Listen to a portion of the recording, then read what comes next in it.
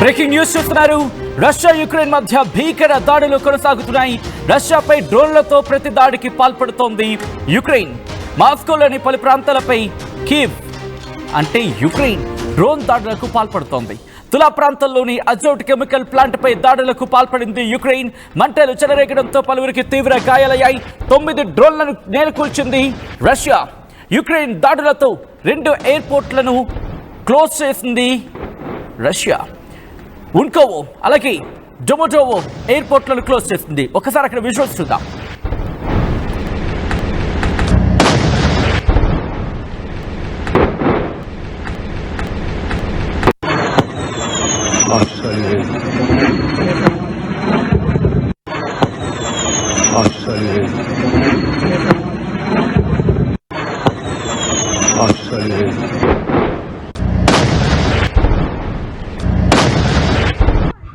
Ебать нахуй.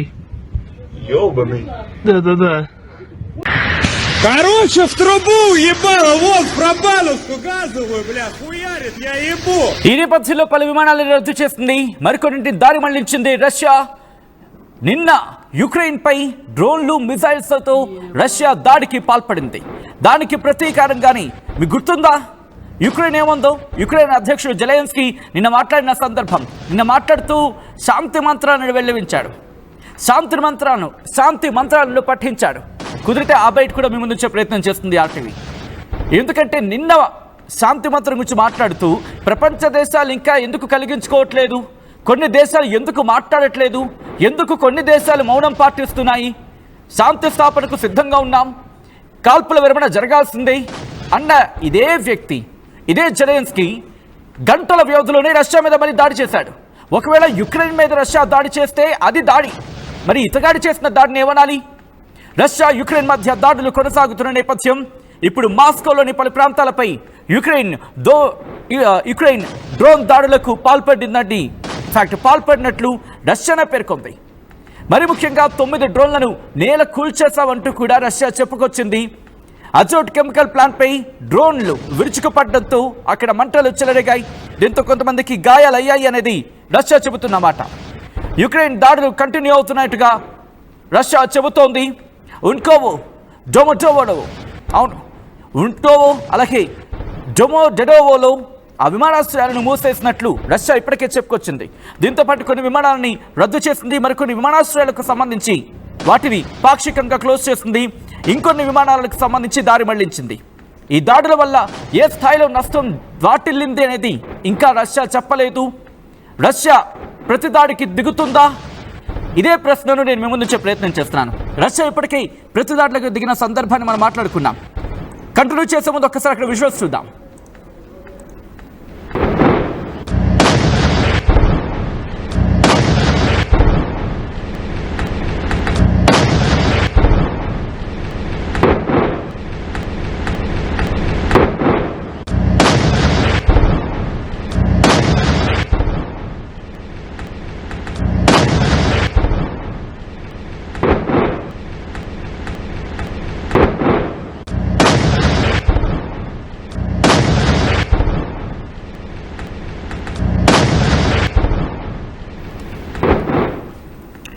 Visuals మీరు చూస్తున్నారు. Russia మీద యుక్రెయిన్ దాడికి పాల్పడిన విజువల్స్ మీరు చూడడం జరుగుతోంది.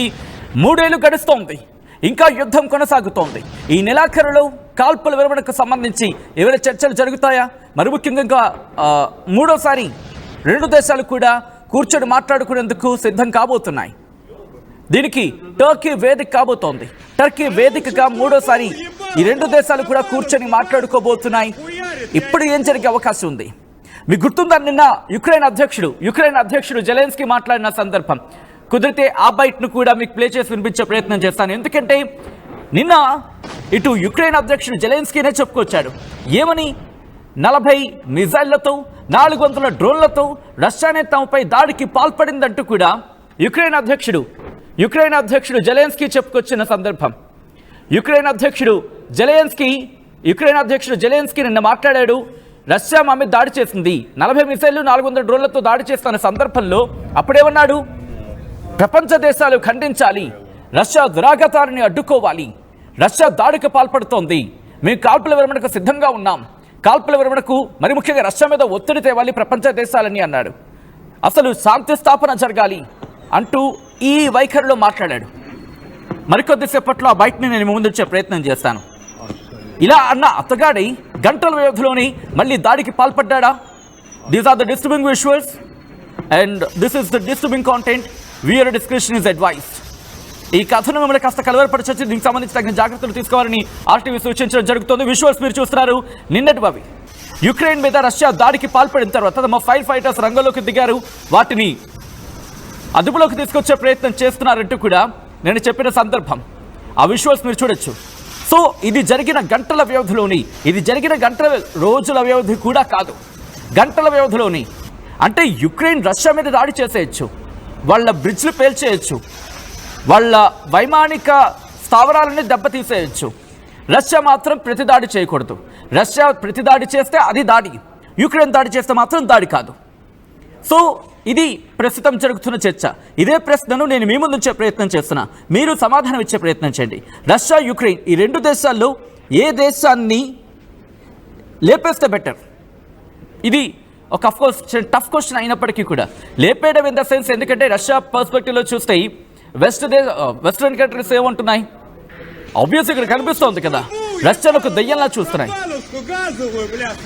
కానీ ఏషియాకి సంబంధించి మాట్లాడుకున్న సందర్భంలో యూరప్ కావచ్చు, అమెరికా కావచ్చు, ఈ రెండింటికి ఆ ప్రదేశాలకి మాత్రం రష్యా శత్రువులా కనిపిస్తోంది. ఏషియాకి మాత్రం రష్యా మిత్రువు, రష్యాను మాత్రం చాలా అనుకూలమైన మిత్రుడిగా చూస్తున్నాం, మరి ముఖ్యంగా భారత్కి సంబంధించి. ఈ నేపథ్యంలో ఏం చేయాలి? సింపుల్గా మాట్లాడుకోవాలంటే యుక్రెయిన్కి సంబంధించి. బట్ కంటిన్యూ చేద్దాం. అంతకన్నా ముందు ఒకసారి ఆ విజువల్స్, దాడులకు సంబంధించి విజువల్స్ చూడండి. ఒళ్ళు గగురుపాటు గురి చేసే విజువల్స్ అవి.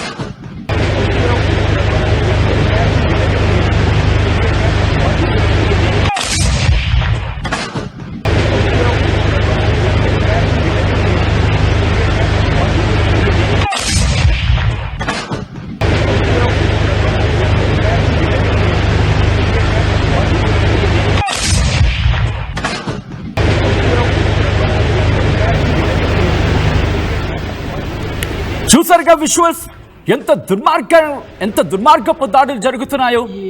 అయితే ఇవి ఎవరి మీద వేసుకునే అంశానికి సంబంధించి మాట్లాడుకునే ప్రయత్నం చేద్దాం.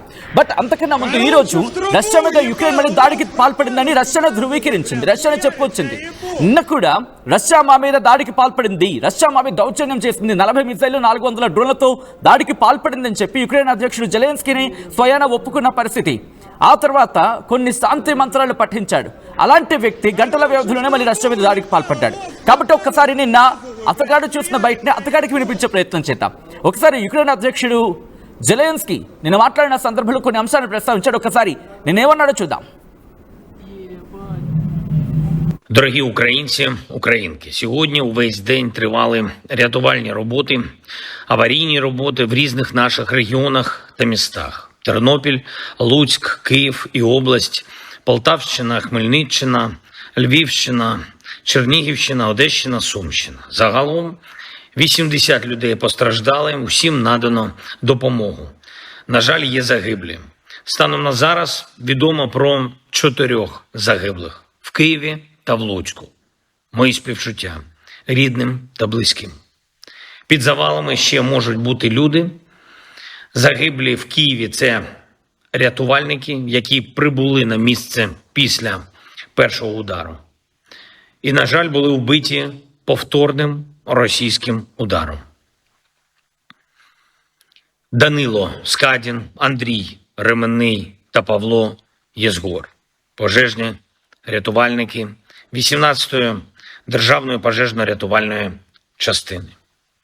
Цинічний російський удар по звичайних містах. Більш ніж 400 безпілотників, більше 40 ракет. Значну частину вдалося збити, але не всі. І, на жаль, не всі у світі засуджують такі удари. І саме цим Путін користується. Він виторговує собі час, щоб продовжувати воювати. Росіяни постійно намагаються розколоти світ, щоб не дати посилити тиск за війну. Треба чітко бачити завдання. Дипломатія має спрацювати. Гарантії безпеки мають бути. Мир має бути встановлений. І для цього потрібні початкові кроки. Зокрема, припинення вогню. Треба тиснути на Росію, щоб це було і щоб удари припинились. Сьогодні була доповідь нашої команди, яка була на тижні у Сполучених Штатах Америки. Наші урядовці, військові, офіс, про зустрічі, які відбулись, і про перемовини, які ще готуються. Вдячний всім в Конгресі, в адміністрації Сполучених Штатів, в американських медіа, хто розуміє, що відбувається і як можна завершити цю війну достойно та надійно. Провів також нараду підготовчу з дипломатами щодо заходів, які заплановані на червень. Це європейські країни, Сімка, наші партнери в інших частинах світу. Все для того, щоб Україна зберігала незалежність і щоб наша українська стійкість була впевненою. Дякую. Слава Україні! Ебать нахуй. చూసారుగా నిన్న ఏమన్నాడు Лучше в трубу, నిన్నేమన్నాడు ఆ విజువల్ మీరు చూసారుగా అతగాడు మాట్లాడిన మాటల్లో ఒకసారి ఇంగ్లీష్లో వాళ్ళు ఇచ్చిన స్టేట్మెంట్నో లేకపోతే వాళ్ళు అన్న మాటలు నేను ఇంగ్లీష్లో ఉంది కాస్త నేను మీకు తెలుగులో చెప్పే ప్రయత్నం చేస్తాను. ఏమన్నాడంటే this was a cynical Russian attack on ordinary cities over 400 drones more than 40 missiles were launched. ఇది దాన్ని చెప్పిన మాట. అక్కడి నుంచి కాస్త లాస్ట్కి వచ్చే ప్రయత్నం చేస్తున్నాను. ఇంకేమన్నాడంటే కనుక ఇక్కడ we must clearly see the task at hand అనే అంశానికి సంబంధించి మాట్లాడిన సందర్భంలో diplomacy must work, security guarantees must be ensured, peace must be established. అబ్బా ఇది కదా డైలాగ్ అంటే peace must be established. So ఇప్పుడు జెలెన్స్కీ సమాధానం చెప్పాలి. మరి ఇప్పుడు రష్యా మీద దాడి చేశాడు కదా, ఇది దేనికి సంబంధించి, ఇది ఏ విధంగా పీస్ కిందకు వస్తుంది, పీస్ని ఎస్టాబ్లిష్ చేయడానికి ఇది ఎంతవరకు దోహదపడుతుంది, ఇది పీస్ని ఎస్టాబ్లిష్ చేయడానికి అంటే శాంతిని పునరుద్ధరించడానికి ఇప్పుడు యుక్రెయిన్ రష్యా మీద దాడి చేసింది, ఇది కూడా శాంతి స్థాపనలో భాగమేనా? ఏమో నాకైతే తెలీదు. ఎందుకంటే నిన్న ఈ వ్యక్తి అన్నాడు, ఎందుకంటే ఒక దేశ అధ్యక్షుడు అన్న మాట తర్వాత ఒక దాడి పాల్పడ్డాడంటే దేనికి ఎందుకు వస్తుంది నాకైతే అర్థం అవుతుంది. బట్ నాకెందుకు ఇది కాస్త క్లమ్జీగా ఉంది. అందుకే నేను మిమ్మల్ని అడిగే ప్రయత్నం చేస్తున్నాను. ఒక దేశ అధ్యక్షుడు, ఎందుకంటే జియో పాలిటిక్స్కి సంబంధించి మాట్లాడుకున్న సందర్భం, ప్రపంచ రాజకీయాల్లో ఇప్పుడు ప్రస్తుతం ఒక కీరోలో ఒక కీలకమైన పాత్ర పోషిస్తున్నాడు. అఫ్కోర్స్ చిన్న దేశం అయినప్పటికీ. కారణం నేటో దేశాలు లేకపోతే పశ్చిమ దేశాలు ప్రెసిడెంట్ వెనకాల అండగా ఉండి నడిపిస్తున్నాయి, అతగాన్ని పెంచి పోషిస్తున్నాయి. ఎలా? బాంబులవి ఇచ్చి, ఎవరైనా అన్నమో లేకపోతే కాస్త బియ్యమో ఇలా ఇచ్చి పెంచి పోషిస్తారు. కానీ ఒక దేశాన్ని బాంబులతో పెంచి పోషిస్తున్న దేశం ఒకటి పాకిస్తాన్ ఎక్కడుంది, ఇంకోటి పైన నెత్తి మీద యుక్రెయిన్ ఇది ఒకటి ఉంది. శాంతి స్థాపన కావాలని చెప్పి కొద్ది రోజుల క్రితం మాట్లాడిన సందర్భంలో అందరూ మద్దతు ఇచ్చారు. అన్ని దేశాలు కూడా పాపం యుక్రెయిన్ అనే మాట వినిపించింది. కానీ ఇప్పుడు ఈ ఒక్క వ్యక్తి చేస్తున్న పనులకి ప్రపంచ దేశాలు మరి ముఖ్యంగా పశ్చిమ దేశాలు కేవలం బాంబులను అందిస్తున్నాయి. ఇతగాడికి అర్థం కావట్లేదు. పశ్చిమ దేశాలు యుక్రెయిన్ని వాడుకునే ప్రయత్నం చేస్తున్నాయి.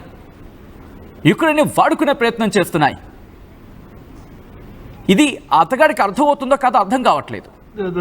So coming back to the subject, Ukraine కి సంబంధించి నిన్న శాంతి స్థాపన కావాలన్నాడు. ఇది నా మాట కాదు, మీరే విన్నారుగా, స్వయంగా మీ చెవులతోనే మీరే విన్నారుగా. ఏమన్నాడు? పీస్ మస్ట్ బి ఎస్టాబ్లిష్డ్ అంటే శాంతి స్థాపన, అక్కడ శాంతి పునరుద్ధరించబడాలి. ఎక్కడ? యుక్రెయిన్లో అండ్ రష్యాలో. కానీ జరుగుతోంది ఏంటి? రష్యా మా మీద దాడి చేసింది కాబట్టి ప్రతి దాడి చేస్తాం, అదే శాంతి స్థాపన పునరుద్ధరణకు ఇది ఏ విధంగా కారణమవుతుంది? యుక్రెయిన్ అధ్యక్షుడు జెలెన్స్కీ ఒకసారి నా రెండు చేతులు అక్కడ కాస్త Ебать нахуй. ఇబ్బంది అయింది. ఇక్కడ రెండు చేతులు ఒకసారి చూపిస్తున్నాను చూడండి. ఓ చేత్తో ఏమంటాడు? శాంతి స్థాపన కావాలంటాడు. Про баловскую газовую, бля, хуярит, я ебу!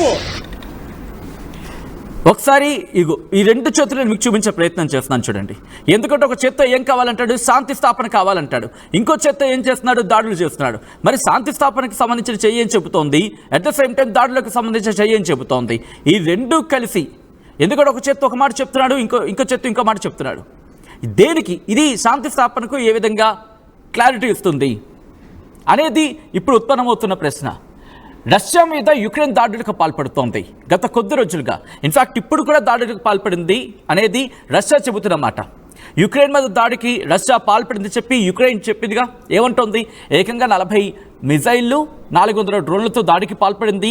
2 సార్లు దాడులకు పాల్పడింది. మొదటిసారి మేము తట్టుకొని నిలబడ్డాం, రెండోసారి జరిగిన దాడిలో మా వాళ్ళు కూడా ప్రాణాలు కోల్పోయారు. మా ఫైర్ ఫైటర్స్ అక్కడికి చేరుకుని వాళ్లకు సహాయక చర్యలు నిమగ్నమైన పరిస్థితి ఉంది అంటూ కూడా యుక్రెయిన్ చెప్పుకొచ్చింది. ప్రస్తుతం ఇదే యుక్రెయిన్ మళ్ళీ తమ మీద దాడి చేసిందంటూ రష్యా చెబుతోంది. ఈ నేపథ్యంలో శాంతి స్థాపన నిజమేనా? కేవలం మాటల్లోనే ఉండే అవకాశం ఉందా? యుక్రెయిన్ మీద దాడికి పాల్పడింది రష్యాని యుక్రెయిన్ చెప్పింది. ఇప్పుడు రష్యా వచ్చి యుక్రెయిన్ మా మీద దాడికి పాల్పడింది చెప్పి రష్యా చెబుతోంది. ఈ నేపథ్యంలో ఈ నెలాఖరికి మళ్ళీ మాట్లాడుకోబోతున్నారు. ఈ నెలాఖరికి మళ్ళీ రెండు దేశాలు కూడా శాంతి స్థాపన చర్చలకు తుర్కీ వేదికగా మళ్ళీ చర్చలు జరగబోతున్నాయి. సాధ్యమేనా వీళ్ళిద్దరూ కూడా? ఎందుకంటే కండిషన్స్, రష్యా పెట్టే కండిషన్కి యుక్రెయిన్ సన్నద్ధంగా ఉండటం లేదు. At the same time Ukraine పెట్టే కండిషన్స్కి రష్యా సంసిద్ధత వ్యక్తం చేయట్లేదు. ఇద్దరూ కూడా ఒక కామన్ పాయింట్కి వచ్చి నిల్చుంటున్న పరిస్థితి లేదు. కట్ చేస్తే లాస్ట్ టైం గుర్తుంది కదా, రెండోసారి శాంతి చర్చలో కూర్చున్న ఆ ముందు రోజు యుక్రెయిన్ వెళ్ళి రష్యా మీద దాడులకు పాల్పడింది. ఏకంగా వాళ్ళ వైమానిక స్థావరాలకు సంబంధించిన 41 వైమానిక స్థావరాల మీద దాడికి పాల్పడిన పరిస్థితుల్లో 41 వైమానిక యుద్ధ విమానాలని లేపేస్తామని చెప్పిన సందర్భం యుక్రెయిన్ చెప్పింది.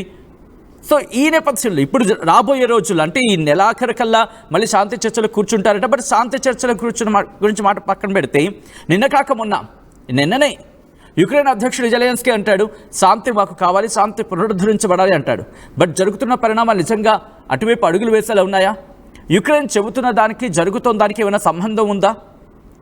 ఈ నేపథ్యంలో మీ వెర్షన్ ఏంటి, మీరేమనుకుంటున్నారని కమెంట్ చేసే ప్రయత్నం చేయండి. ఒకసారి ఆ దాడులకు సంబంధించి విజువల్స్ చూద్దాం. ఈ కథను మిమ్మల్ని కాస్త కలవరపరచవచ్చు, దీనికి సంబంధించి తగిన జాగ్రత్తలు తీసుకోవాలని ఆర్టీవీ సూచించడం జరుగుతోంది. This is the disturbing content. Viewer description is advised.